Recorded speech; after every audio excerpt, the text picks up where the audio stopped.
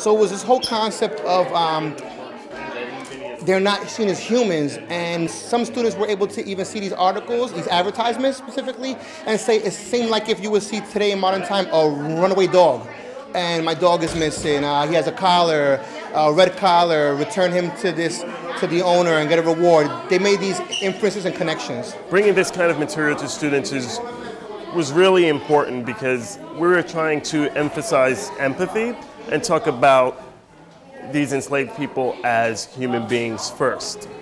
The kids did get that. Of course, there was some time to actually break down that distinction.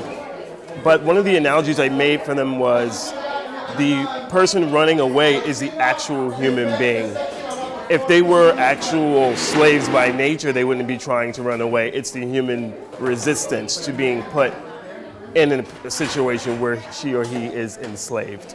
The enslaved person is the most important thing in this picture, okay? So that person is huge, prominent, you see them, it's obvious, okay? Kind of impacted us to like kind of be grateful for what we have now, because compared to what they had to do just to get like food or maybe to get freedom, it's nothing compared to what we have to do with. How they're just rewarding whoever finds them just £3. That's it. It's just really sad how society has treated people on just race and gender. So I just personally I thought it was just really it's just sad in my opinion.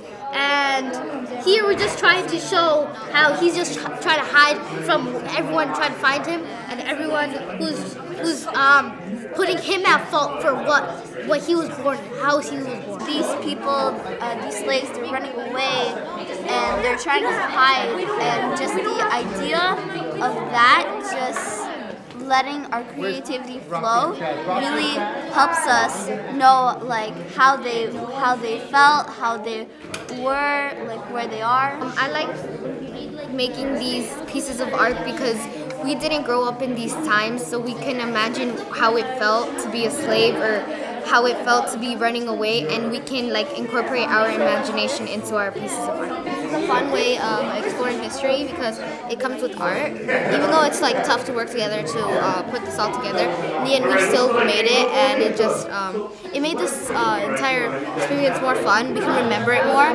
from the artwork. There's one individual, an escaped slave, who it said he had connections and he had falsified papers. So through analyzing the documents, they were able to come up with, make inference with ideas that maybe he's well-spoken and well-dressed and knows how to blend in with free people.